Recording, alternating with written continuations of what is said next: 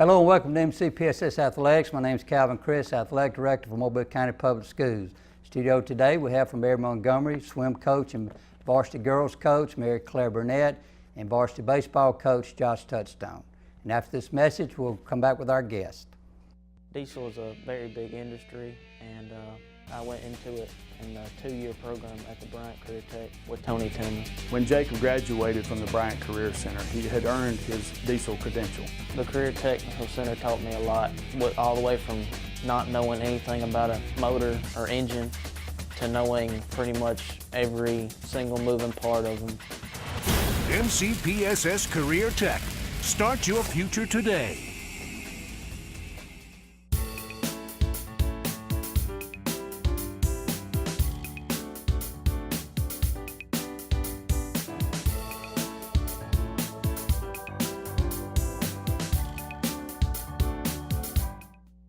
The quality of education that I received from the Mobile County Public School System really prepared me for global success.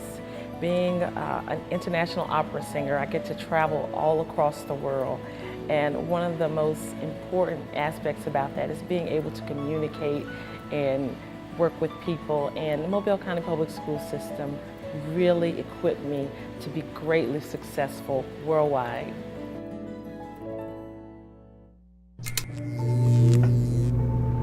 Traditional light bulbs actually generate 9 times more heat than light. Let's switch to Energy Star light bulbs and stop burning through cash. Saving energy saves you money. Welcome back. Our first guest today is the swim and varsity girls basketball coach, Miss Mary Claire Burnett. Appreciate you coming on today, Miss Burnett. Thank you. Miss Burnett, you want to tell us a little bit about your background and how you got to Mary Montgomery? Yes, Mary Montgomery was my first job right out of college, and I graduated from Spring Hill in 2011, and they were my first opportunity to get a foot in the door in teaching as well as sports. And they gave you 2 sports right off the bat here, didn't they? Well, I actually was the JV coach for basketball for 2 years, and I started the swim team my second year at Mary G. Okay, let's talk about the swim team. We don't often hear a lot about the swim season. We don't have that many schools. I think we've got 4 or 5 competing. So tell us a little bit about your swim season. Well, the swim season, it's really long for practice, but we only are allowed 8 swim meets total. And actually this Friday is our first ever sectionals swim meet down at Bishop State. And so the swimmers actually have to make qualifying times for sectionals, and then from sectionals they can move on to the state championship. Ms. Burnett, how do you arrange the practice time for swimming? I know there's not many pools out there, so how do you arrange that? Oh, I got the luck of the straw there. Did you? Oh yes, with whenever I came to them telling them that I wanted to start the swim team and they were interested, I told them I was like, I have to do it in the morning and it'll have to be first block. So the kids actually go to swim practice first block on at the YMCA on Downtown Boulevard.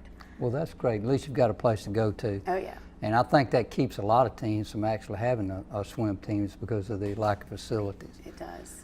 How are you handling the swim, basketball? You are dual sports right now. Yes, I know it's tough. It is tough. It is tough. My swimmers say, Miss Burnett, when do you sleep? And but right now with the kids, having them first block with swimming, then it allows me to have afternoons all basketball. So it really does work out there now. My basketball players feel sometimes that I'm doing too much with swim, but I'm like, you know what, it's even, and then your season goes on longer anyway. Right, so. Right. Tell us a little bit about what are some of the events that they run at the swim meets, and I guess I think you're the second swim coach I've had on, so tell us a little bit about the events that y'all swim in. Yes, sir. The events are the same every meet, and they have 3 relays as well as the rest are all individual. The smallest race they swim is the 50 freestyle, and then from there it goes all the way up into the 500 freestyle, which is 20 laps, which is enduring for some of those kids. Right. And but no, a swim meet is the same just about everywhere you go. The only difference is the number of swimmers. So that's what makes the meet longer or shorter. How has the participation been at Mary Montgomery for the swim? I have 25 this year. Great, that's wonderful. So and it's great, and that I don't have any problems with academics. They all have great grades. They're all responsible kids. So I mean, I think having it first block and having them have to transport themselves has really helped with that. But they love it, and that's what I'm out to do. You know, we're not out to win state championship just yet because I don't have those type of swimmers. But they all really enjoy swimming, and I really enjoy coaching them. So. Do you want to mention some of your top swimmers here with the sectional coming I up? do. My first ever sectional swimmer was Rachel Fountain. She made the 50 freestyle time only about a week ago. Great. So we've been practicing to get her ready for state. So hopefully on Friday or Saturday that she'll make state qualifying time. So. And where's the state at? The state will be at Auburn University. Okay. And I want to say it's December, the second week of December. So it's getting pretty it's close. Getting close. Mm-hmm. Okay, let's talk about basketball. The season is we've just been into it a couple weeks. So you want to talk a little about your basketball team? Yes, sir. My basketball team is stacked with seniors this year. And they are all probably the best attitude, best team chemistry group that I've had at my 4 years at MGM. And just watching them play is at a different level than it was last year, which makes me so happy. They're finally buying into the team atmosphere, and I guess with me being there for 4 years now and not a new face, it's really helped with that. But they have the best attitudes and teamwork that I've seen, and everybody coming and watching the games has already said they've seen a change in the way that they've played. So, Ms. Burnett, when you came in, you didn't exactly inherit the best basketball program that we've got. Always has been kids that tried real hard. Now, how did you make that adjustment coming in and trying to build a foundation? Oh yeah, it was challenging because I was at McGill previously coaching the JV and stuff over there. And so, you know, they feed into your program, makes it easy. Well, with this, I started out as the JV coach, so my goal was to get these kids ready for varsity. And within 2 years, I was then the varsity coach with all of those kids were now on my roster, and they were my kids. And so I think that helped because I was their JV coach, so their foundation was built the same. So I do a lot with my JV players as well. I try to practice with them as much as I can, just to make sure that they're at the same level that I want them to be when they get to me. So. You want to talk a little bit about your staff, who helps you? Oh yes, I have a new assistant and JV coach this year, Todd Tipler. He came from, I think, Lott Middle, and he helped with the Citronelle team last year. So I'm very fortunate to have a good JV coach that's helping me as well on varsity. And I also have, unfortunate, an ineligible player due to location moves. And she's a senior and a great attitude, great athlete, and I decided to keep her on as our team captain. Her name is Rachel Emke. Well, great. Let's talk a little bit about some of your top players so far this year. Yes, I have probably my number 5, my center is Diamond Leatherwood. She is a senior and just a great attitude, works hard, good team captain, and she can really, you know, beat up with the best of them underneath, getting the rebound and going up. So. Well, that's good. Okay, appreciate you talking about both your teams. I don't see how you do it with both of them and how they overlap, but we'll have you back in the last section. All right, sounds good. After this message, we'll be back with Coach Touchstone. Nonviolence will start with me. Nonviolence will start with me. All across the Mobile County Public School System, students are taking the pledge. I pledge to accept the responsibility of my actions. To solve problems peacefully. Respect myself and others. The 100 Days of Nonviolence Pledge. It's an initiative to help explore alternative means of stopping violence among school students. Will you take the challenge? Get involved. Take a stand. 100 Days, 100 Ways.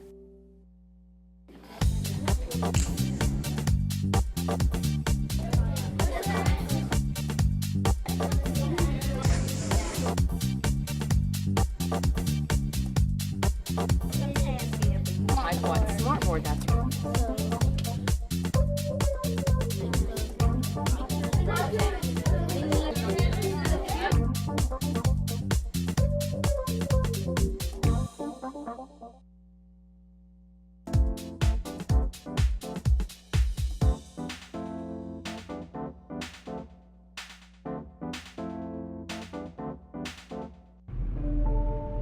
Traditional light bulbs actually generate 9 times more heat than light.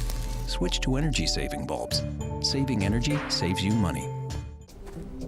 When you throw away money on wasted electricity, you're throwing away everything you could have bought with it. Saving energy saves you money. Welcome back to our second session. We have Coach Josh Touchstone, who is the new varsity baseball coach at Mary Montgomery. He's been there a while, but this is his first year as head coach. Josh, appreciate you coming on. Thanks for having me. Josh, you want to talk a little about your background and what led you to Mary Montgomery? I know you played at Mary Montgomery, so that's all you about know. That's it. I went there, graduated there in 1999, played baseball and football there, and it's always been an importance of mine, just a heart, to be back at Mary Montgomery. And after college ball and a little professional ball, I decided to go back, and this is my 10th year, and got the head job now. It's been fun. It's been fun so far. The kids are working hard, and I'm enjoying every minute of it. What's been the biggest adjustment going from assistant coach to a head coach? I know Coach Dixon, who you placed, gave you a lot of responsibilities, so I know that helped. That's right. With Coach Druckenmiller, who was my coach there when I played there, being assistant principal, and Coach Dixon being there with me for 10 years, and I respect those guys so much and learned so much from them. And there's nothing really that's different. They gave me a lot of responsibilities when I played there and coaching wise, and just trying to keep the tradition on that they've set, and the community support and things of that nature. And hopefully we can continue in the right direction and keep building on what they've built in the past. So. Well, that's good. Talk a little bit about your evaluation period. We did. We had the evaluation period last week, and it was very warm outside. It's about 40 degrees the last 2 days. And it went well. We had a lot of kids come out, and we've seen a lot. And luckily from the middle school, we've been working with them in the last year, being able to see those guys and know what's coming up and knowing what's there. And we're trying to work hand in hand with them now. And it seems fine. It went well. We went 3 days. We hadn't finished up with our file. We're still in the middle of it. We had our evaluation, so I've picked my teams, and I'm looking forward. I'm excited. I know it's probably real tough because that is a baseball community, isn't it? I mean, they start playing all of them at a real early age, so you have a lot of good players to pick from, don't you? I do. The community support and the park does a great job. They do, yeah. And it's very big. And then you've got the middle school that comes through in our Babe Ruth program. And it's really tough, and I knew going in, being from the community, a lot of friends in the community, it's tough because it is a job, and you've got to evaluate players, and you've got to put some other stuff aside sometimes, and what's best for Mary Montgomery and what's best for the program. And it's no hard feelings, and you try to keep it business-like. And it's going to be tough, and it's always going to be tough, because I wish I could keep every kid that come out. I mean, you love them, you're there for the kids, you want them to learn, but in baseball we all know that you can only play 9 at a time. That's so right. It's tough to get playing time sometimes. Talk a little bit about your facilities. You've got some of the best facilities of anybody in the county. Talk a little bit about your facilities. I do. We've got our field house with our indoor cages and dressing rooms, and trying to keep those updated. And those guys before me that came through with Coach Dixon and with their vision, and Coach Druckenmiller of building a facility, it's unbelievable. And the kids love it and they enjoy it. I tell them sometimes they're spoiled because they don't know what it used to be dressing out in the parking lot when I was there and trying to hide out. Now if you kick them out of the field house for a day due to not cleaning it up, they're all disappointed. Right. So it's big, and the field, and with Coach Dixon there building the entranceway and the outfield wall now, and hopefully a new scoreboard coming up in the future. So there's a lot of things that's going on, and it takes a good community also, the community support of raising money and parents helping out. And I have a great group of parents, and the community backs me very well, and I appreciate everything they all do for us. With the field named after Coach Druckenmiller, that's a lot of pressure to keep it up, isn't it? And these guys have put so much time in and work in. I can't go down. They're always around, and Coach Dixon even comes by and talks with me now a little bit. And I, like I said, I respect those guys, and they come in and critique me. They're going to tell me if the grass isn't cut right, if it's not growing high enough, or if the outside looks pretty bad. So I've got to stay on top of it. They're going to hold me to the fire. Josh, let's talk a little bit about, people don't realize the upkeep on a baseball field. It's not something that, in January you start working on your field. It's a year-round thing. You want to talk a little bit about that? I mean, it's a full-time job on the field, isn't it? It is, and most people think, right now in the winter the grass stops growing, where you go out and you put rye on your field, and it's as thick as it can get right now, and you're having to cut it 2 and 3 times a week. And then as soon as it transitions out of that, you've got the summer, and that's when it's the biggest headache, and you're not in school. And that you don't realize that the Bermuda grass, it grows, and you have to cut it 3 times a week. If not, you're tearing your field up due to thatch and things of that nature, and funguses. And so it's year round. It doesn't stop. Grass doesn't stop growing, and when it does stop growing, you plant some more to to make it grow even, Right. to make it look good. So, Well, it always looks good, and I know, but people just don't realize the upkeep on they don't. fields. Then with the facilities also, there's always something that needs to be done to those, and you're constantly giving a lot of responsibility to the kids also. And I've got a great group, and I've got a great group of seniors, and they help out, and they know what has to be done. And you try to groom them when they come in the 9th grade to help you out, because it's not a one-man show. And luckily, I've got some great assistant coaches also. So, Do you think having them involved in the work part of it actually helps? I mean, they monitor one another probably. don't they do, and they all know they've got to pull their weight. And the upperclassmen, that's where they seem to take hold to the younger guys and say, no, this is how we do it, this is how it has to be done, and they keep on and they stay on top of it. And you don't I have to groom them for the next couple. Well, once we start our season, in our practice, we'll have to start grooming them a little bit to how to maintain the field and how we do it and how we keep it right. And right now, with cleaning up the field, we'll have days right now we'll go out and rake leaves and pick up thatch and things of that nature in the off season that still has to be done. It doesn't stop. So I always said baseball coaches prepare their kids to be baseball coaches, because once they go through 4 years of working on the fields, then they can become baseball coaches and they know what to do. And that's right, and that's the kind of mentality that you try to build Right. in young kids, is you want them to have that opportunity, because if some of your kids can go back and give to the community, they're better in your program, because those kids are going to play for you one day.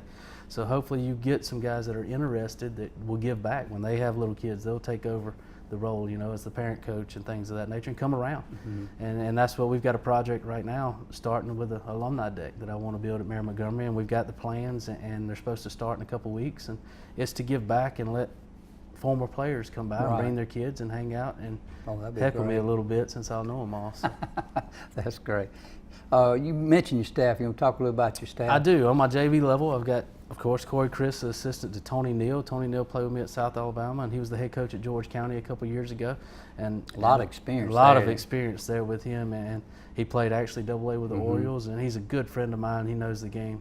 I mean, a tremendous amount about the game. So I've got him down on the JV with Corey, and Corey come to us a couple years ago, and played at Bishop State.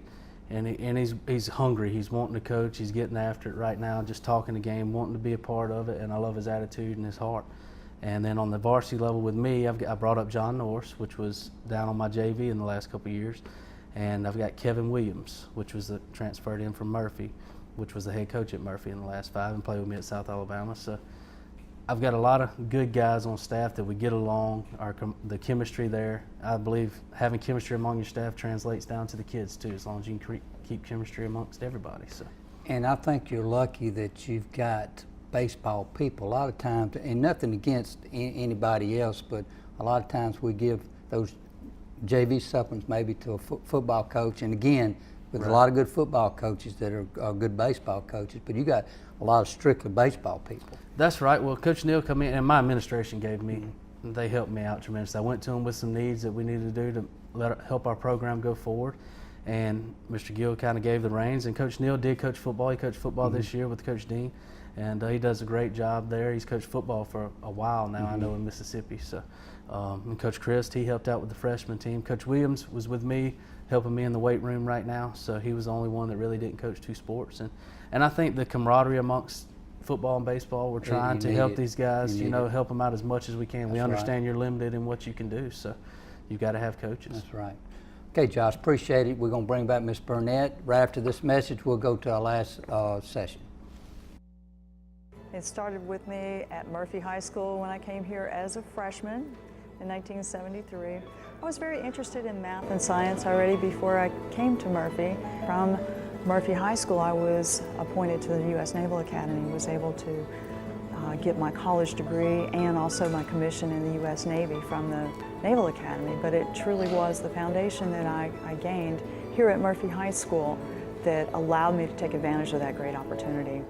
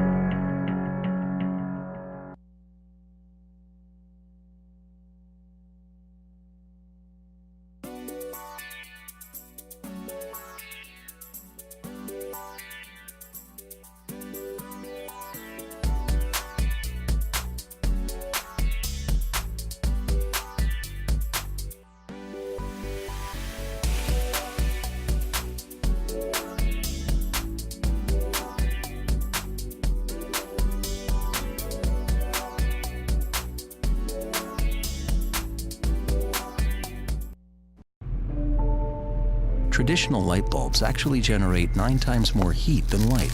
Switch to energy-saving bulbs. Saving energy saves you money.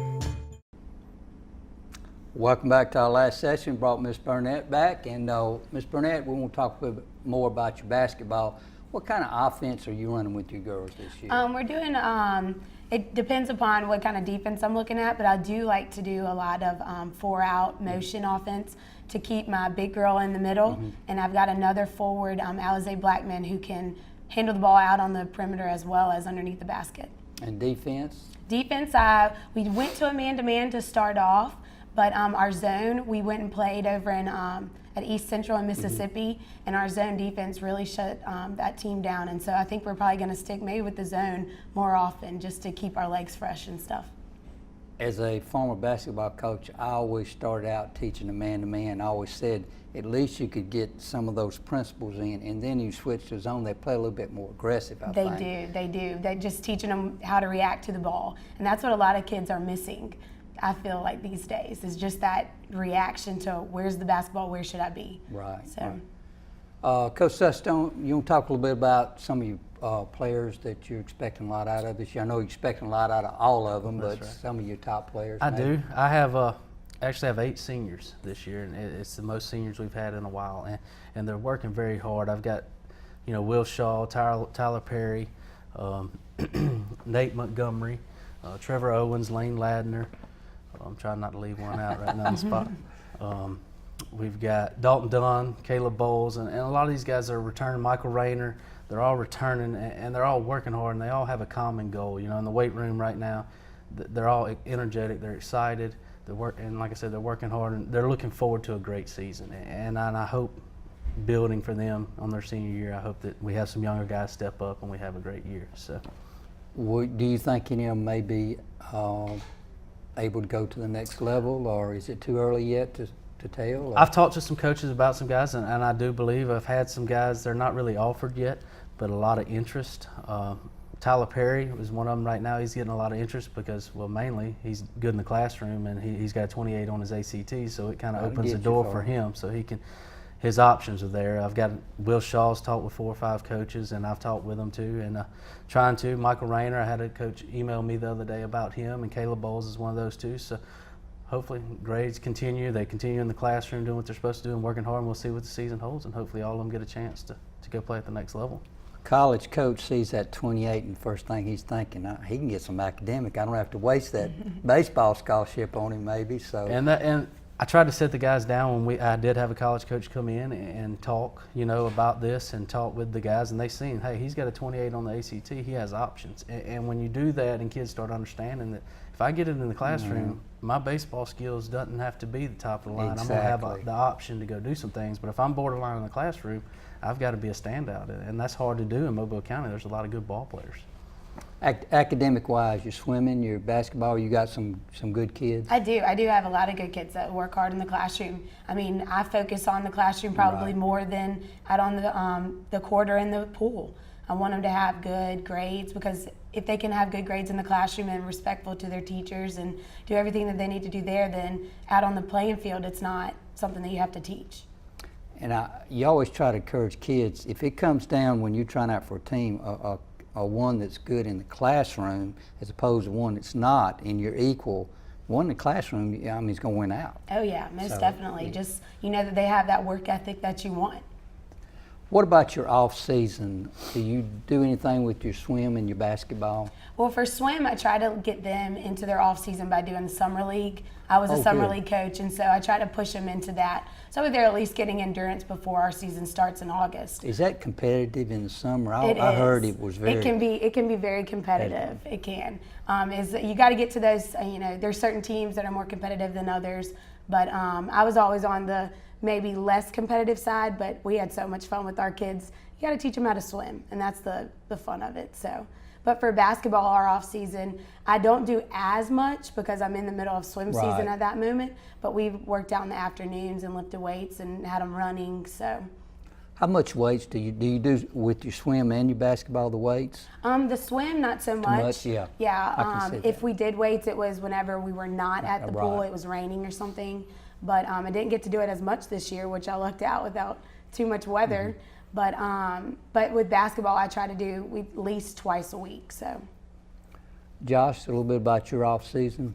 It is. We start in the weight room. We're actually middle of the day, so they come in, they lift, we ran. We just getting after it's the main thing. Competing in the weight room, getting the young kids acclimated. I actually have all my ninth graders that were part of the middle school in my athletic period, so they're in the weight room also. And it's more building team chemistry and out competing with outside work, inside work, and things of that nature in the weight room. And it's all strength related, speed related, and things of that nature. So they're getting after it and competing. That's all you can ask for. Ms. Burnett, what about your area in basketball? Our area this year, we have 5 teams. It's Davidson, Alma Bryant, Theodore, ourselves, and then who's my 5th? Right. What about is your? I mean, that's a pretty tough area. Yeah, it is a tough area. But coming out of the area we were in, this is a whole. Oh, and Baker's the other one. Is a whole different. Very different in the sense that it's not going to blow me out every game. Right, I understand. Is yours basically the same? Mine's basically the same. I mean, of course, you got Davidson, Theodore, Bryant, Baker, and us, and it's a 5-teamer, and 2 of you go to the playoffs, and those are some competitive teams, so it's going to be tough. And it's a tough first year with the guys, so they're all competitive, and hopefully we work hard and get better. Any, real quick, about 30 seconds, any big tournaments for your baseball? Of course, we play in the Hank to start, and we open up the season, and then the second week of the season we go to Auburn. We actually play Auburn, great. Hoover, Enterprise, and Central Phoenix City. That's a good experience. It's going to be interesting. First 2 weeks of the season, it's going to be a little tough, but you see where you stand, and you kind of get some competition under your belt. That's great. Good luck on your season and continued success with your swimming and your basketball. Appreciate y'all coming. Thank you. Thank you for watching, and we'll see you next week.